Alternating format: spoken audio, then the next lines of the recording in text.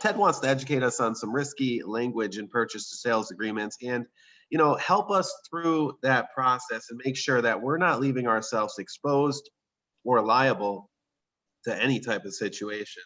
When people throw the language in, inspections are for informational purposes only, what liability does that hold? And I feel like there's a little bit of a misunderstanding of what that means. Generally, when you waive your inspections or you're doing the inspections for, like just for informational purposes, you're most likely purchasing that property as is. If you're, going to purchase the property in as is condition and just doing inspections for informational purposes, I think what needs to be done going into that transaction is you need to define that a little bit. And I think that's where the risk is.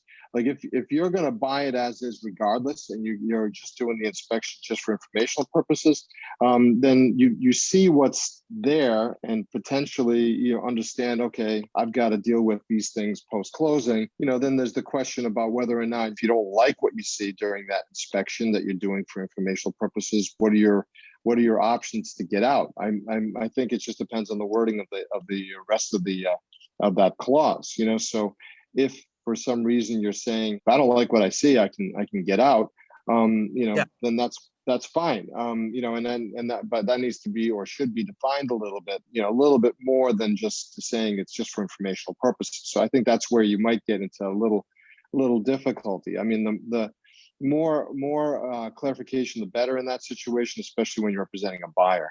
Because the seller in that situation would probably say, well, you're buying it with informational purposes only as to inspections, but you're not saying that you're not going to purchase. It's also the same thing, Emilio, just for the other language, for the waiving, appraisal or having like an escalation clause. That's another thing that we haven't specifically brought up, but there are escalation clauses where buyers are willing to put in an escalation of certain several $1,000s above the last highest offer.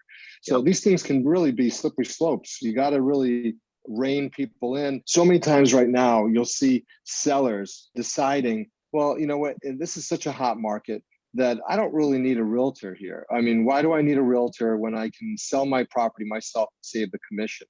And that's an important thing, I think, to point out, because real estate agents are there for a reason. Okay, they do these transactions day in and day out.